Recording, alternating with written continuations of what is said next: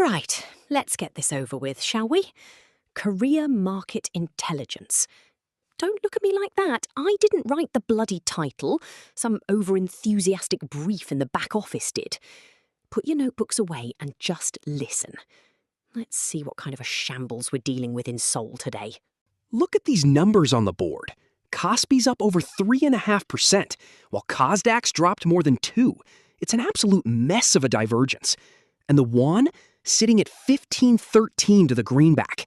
If that currency spike doesn't wake you up, frankly, nothing will. US 10s are at 4.45%.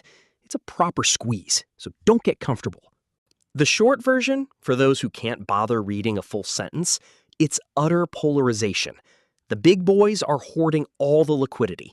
Tech exports are barely keeping the lights on, and everything else is bleeding out in the gutter. It's not rocket science. It's just a classic case of the market playing favorites. 1,513. That's the magic number that sent the foreign passive algorithms into a blind panic, dumping nearly 3 trillion won off the main board. Dodgy ground, that. But the local institutions stepped in with 2.5 trillion to prop up the benchmark. It's an artificial defense, mind you, but for now, the line is holding. Just don't assume it'll last forever.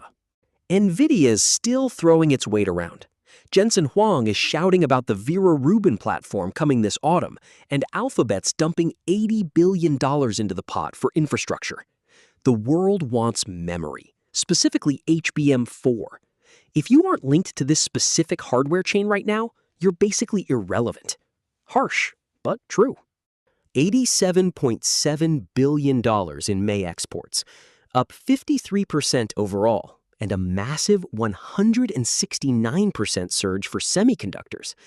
It's a lovely safety buffer on paper, gives the trade surplus a nice cushion. But don't get too smug. One geopolitical hiccup in the Gulf, and this whole house of cards starts wobbling. Here's the butcher's bill for the fund flows. Foreigners threw nearly 3 trillion out the window on the Kospi, but sneaked right back into Kosdaq with 800 billion. Meanwhile, the domestic financial investment lot played the hero with a 2.6 trillion buy order.